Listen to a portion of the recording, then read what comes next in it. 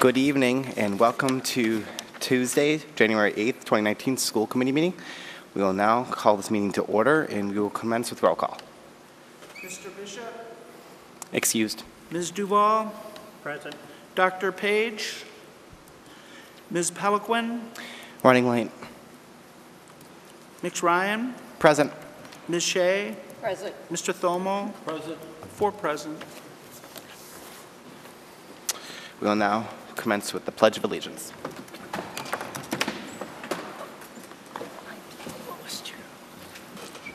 I pledge allegiance to the flag of the United States of America and to the republic for which it stands, one nation, under God, indivisible, with liberty and justice for all. We will now move on to public input. Is there anybody here tonight who would like to address the Southbridge School Committee? Please state your name and address. Good evening. My name is Andrew Murch. Can you just a little more in the mic? It's hard to hear. Good evening. Is that better? My name is Andrew Murch, and I live in 101 High Street in the second floor apartment. On a personal note, I'm glad to see more members attending this meeting than the previous meeting. It's good to see everybody working together and trying to come to resolutions to make sure our school systems are in better shape. I actually, if it is all right, Dr. Villar, I actually have a question for you in regards to your positions on our school climate and helping to improve that. I have a lot of parental friends at West Street School. My son's a 4th grade student, and there has still been some issues with bullying at that particular site. I don't have a lot of contact with other sites, but primary school shouldn't really be a place where bullying is a main issue. And I just personally, I'd just like to ask what steps you guys are trying to take in order to help improve the climate in the elementary school, if you don't mind. Well, thank you. What I'd ask you to do is contact me or come after the meeting and we'll schedule a meeting. I'll sit down and walk you through all of the data that we have on the events that are happening at that particular school. And I can talk to you very specifically about things that are going on. So I'd be happy to sit down with you and go through all of that. I think that'd be the most appropriate forum for that question. Okay, I didn't realize that I could do that, sir, so I appreciate that. Absolutely. Thank you very much. Be happy to. If you want to wait till after the meeting, we can set up a time, or you can just call the office. Certainly. All right. Okay. Thank you very much for your time. Sure. You're welcome. Is there anyone else here tonight who would like to address the school committee? Seeing no movement, we'll move on to the discussion of minutes from November 13th. There is one correction I would like to make. I accidentally said absent. Oh wait, no, this is the wrong meeting. Am I looking at? Okay. Wait, correct me if I'm wrong. November 13th meeting was the meeting you were not in attendance for, correct, Mr.? No, this is a December meeting. No, I believe he missed the November meeting as well. Oh. I did. Okay. Yeah. That's why I'm confused. Yeah. Yeah, it was supposed to be under, he was accidentally said at the meeting absent, but I wanted to correct that to make it marked excused. He did let me know I made a mischaracterization. That was my error. That was right before surgery. Yeah. So, and I believe actually Mr. Bishop was present at that meeting. So that's the mix-up there.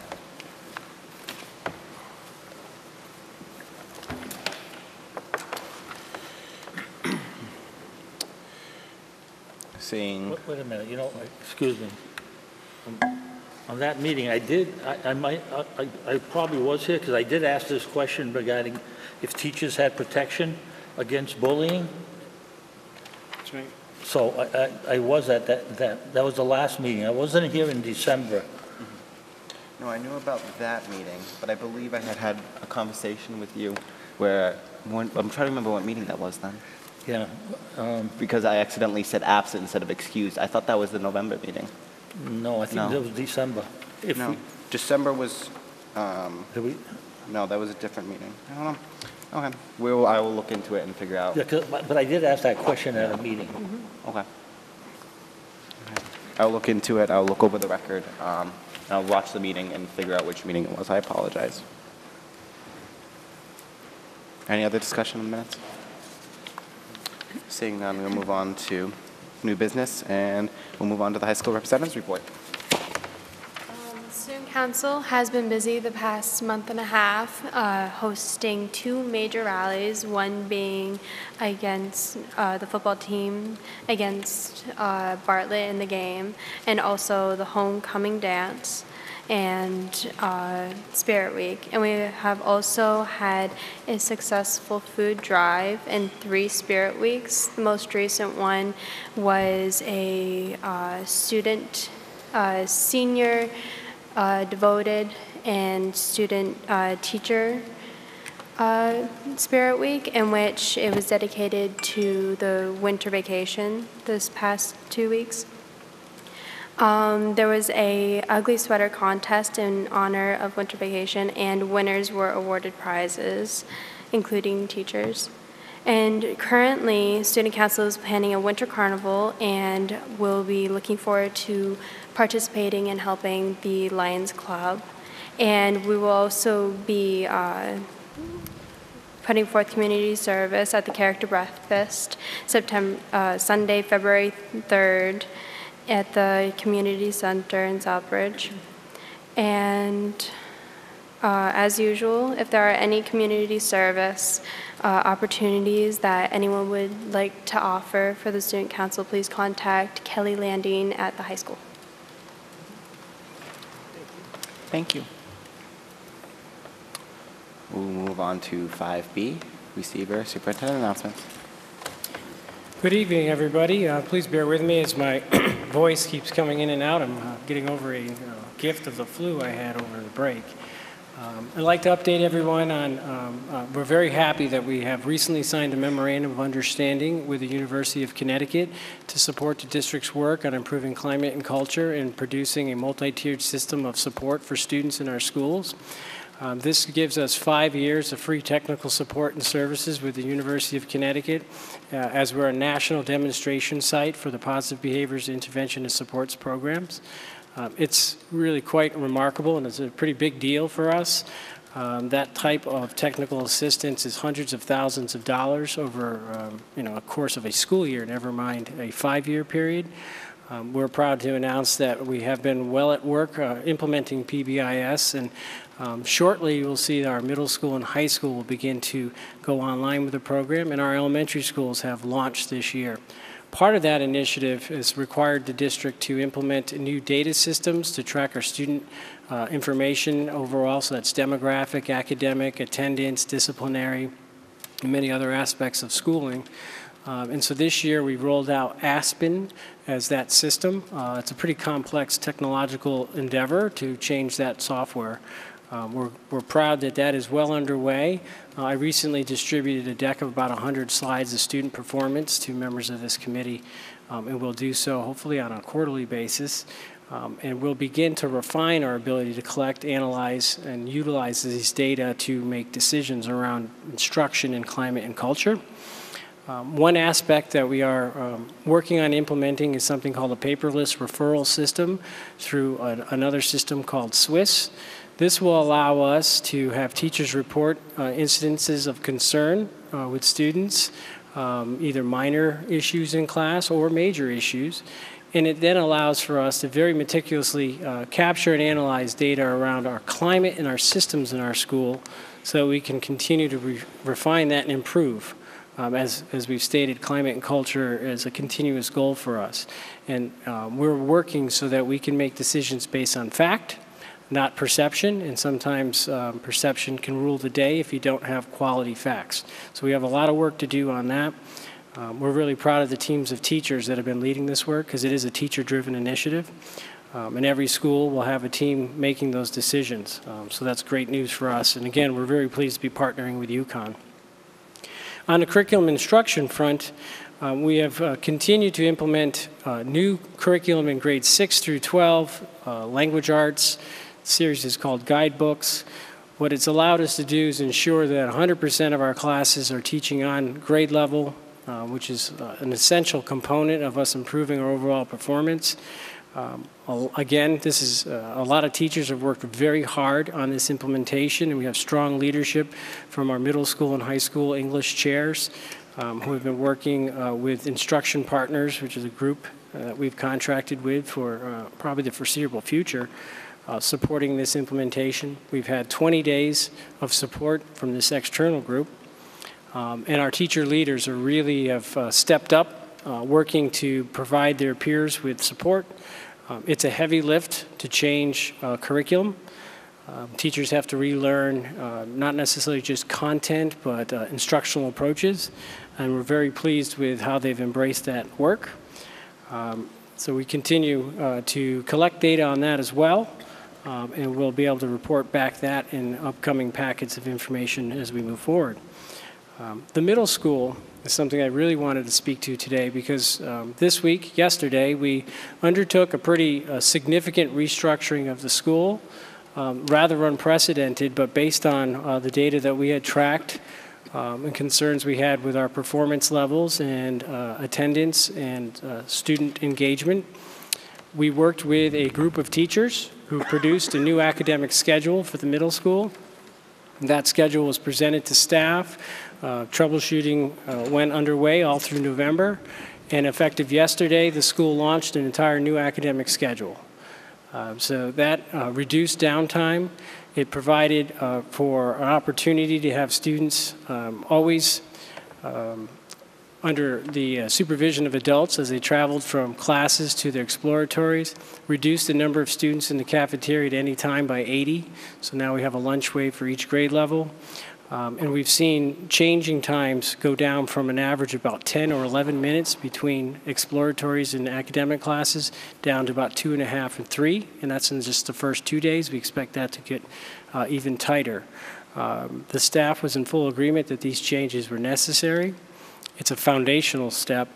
A lot of work is being done on the curriculum side, but we also need to be sure that the environment is most conducive to learning. And I want to take the opportunity to thank the teachers at the middle school because they really stepped up. I saw teachers working on these changes last Friday at 5:30 at the school, well beyond their workday, making sure that they had thought through all of the changes. It's that type of collaboration between teachers and the school leaders that I think is essential if we as a district are going to begin to improve at the rate that I think we need to. So again, I want to thank those teachers for a lot of hard work. It's one step in a long climb. I'm not going to overstate the progress, but it's an essential first step, and it's really good that it appears to me that the school is operating as a team, as a we, not an I, and I think that's going to be essential to their progress. So I'm pleased to report on that. I do want to announce that a new member of the team has joined the middle school. Her name is Misty Parsons. She's serving as the principal for secondary instruction. She actually will be supporting curricular work grades 6 through 12.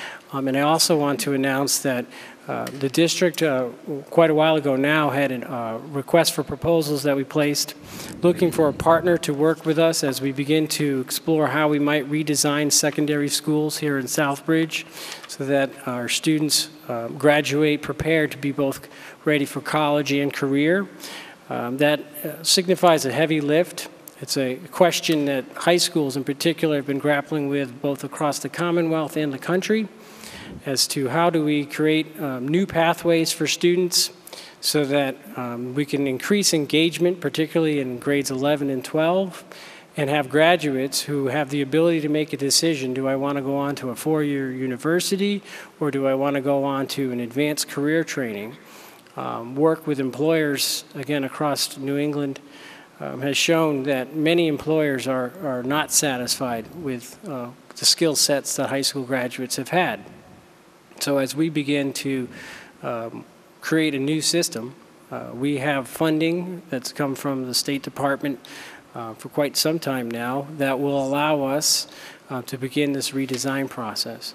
So through this, we selected the School Empowerment Network They have been providing some executive coaching to leadership at the school and will now begin to help us create a process to engage the faculty and then the community in discussions on what should our high school graduates, what skills should they have, what type of programming is necessary for them to be ready for the 21st century. I'm pleased that this is grant funded, and it's going to represent multiple years of work. We can't redesign an institution like high school in a short order, so it's going to be a great deal of work. But again, we're very excited to have them working with us. They have diverse skill sets, and one thing that they've been working with our high school on is the beginning stages of something called restorative justice, which is just training faculty and students in learning how to re-engage after a student may have made a poor choice, and there's very specific steps that need to happen. But they have a diverse skill set. We look forward to working with them. So a lot of exciting things are happening.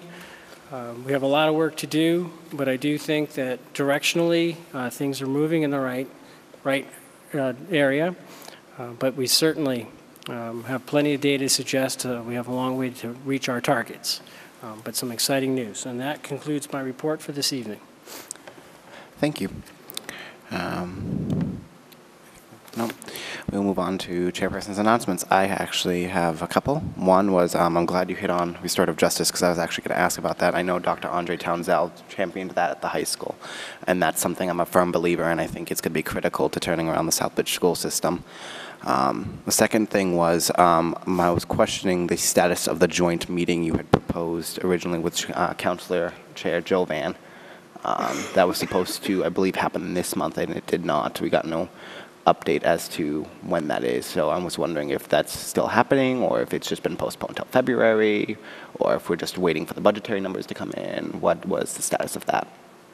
I know that the chairman had spoke about the possibility of having a joint meeting. At this point, I anticipate likely being invited to a subcommittee meeting of the town council, but I honestly won't speak for the chairperson.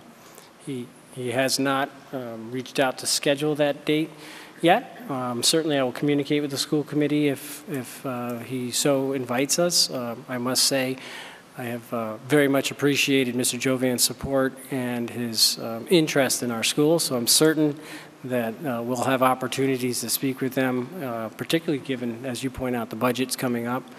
The council seems to be very interested in our work, and I'm very pleased with all that Mr. Jovan has done to support us so far. Thank you. And my final thing I will be stating is last night at the Bait Path School Committee, they passed unanimously the resolution to fund our schools.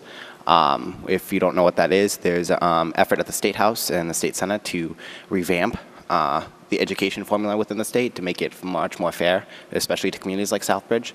I'm currently working on a similar resolution that I will be bringing to the next meeting for the school committee to take a stand on. I think it's important that we join in with the chorus of, now I believe it's over 50 school districts that have signed on to this, and I'm happy to hear. I had a conversation, a short conversation with Senator Shane Diaz about this, and I'm really excited about the direction. I know the governor is introducing his own individual standalone education bill. I look forward to looking over that in great detail and seeing where we can go to fix the fundamental flaws within the funding formula. So I will be bringing that to the next regularly scheduled meeting. And that concludes my announcements. And we'll move on to member forum. I'll start with the side, Spiro. Do you have anything you'd like to bring up tonight? In regards to having to go onto the website, just browsing, familiarize myself with it, and I noticed that we're close to 30 employees short for the district, all kinds, not just teachers, aides, special ed teachers, et cetera, et cetera, et cetera.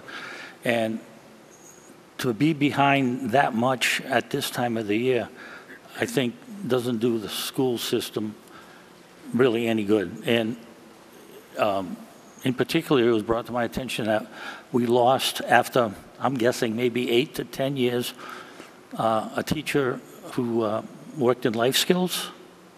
I'm not sure if you're familiar with that. She was an excellent person, and she left us for another town, neighboring town. And my question to the superintendent, Dr. Villar, would be, are you doing any exit interviews? Is that something you could establish about why people are leaving our system, and especially at this particular time? So I know in that particular instance, there's some recruiting that's gone on. At times, we've been able to offer folks retention bonuses. We are aggressively advertising. I have a meeting every week. As of last week, we had 25 vacancies as a district. We've hired over 150 people since July, just to give you scope of turnover. New people? Yes, new employees. So there's a great deal of effort that goes on in HR. We have reached out to universities. We're working with the State Department. I'm not directly. blaming anyone. I'm just trying to figure out, it's frustrating because we're losing people who've been here for years. And it's very frustrating, and it's just not a good situation. And I know you're concerned about it, but it's frustrating. It very much is. We are right now in the hunt for special education teachers. In fact, we're likely to have to engage a contract with an agency to bring in special ed teachers. There's a shortage across the Commonwealth. So there are certainly folks who are able to make decisions in work environments that are less challenging. But it is something of grave concern that we work with faculty on, again, on a weekly basis. We've instituted a program for referrals. So if a staff member is able to make a successful referral, they get a small monetary compensation for that. Also looking at ways to increase the pipeline in a creative way. So talent and attracting teachers has become a problem at this stage of the game. We will be posting our positions, anticipated vacancies as a district very early this year to try to get ahead of some of that and get into the market first. But yes, we were disappointed to learn that that individual made a choice. I'm certain. We can't stop them, I understand absolutely that. not. But will this position hopefully be filled soon? Or I hate to see a permanent sub in there every day, because those kids are very special. And For sure. Bottom line is, yes, we post immediately, and we work to obviously hire people. We also have discussions on how do you reshape programs, do we transfer staff, do you move a supervisor into the position? There are a lot of options that can be done.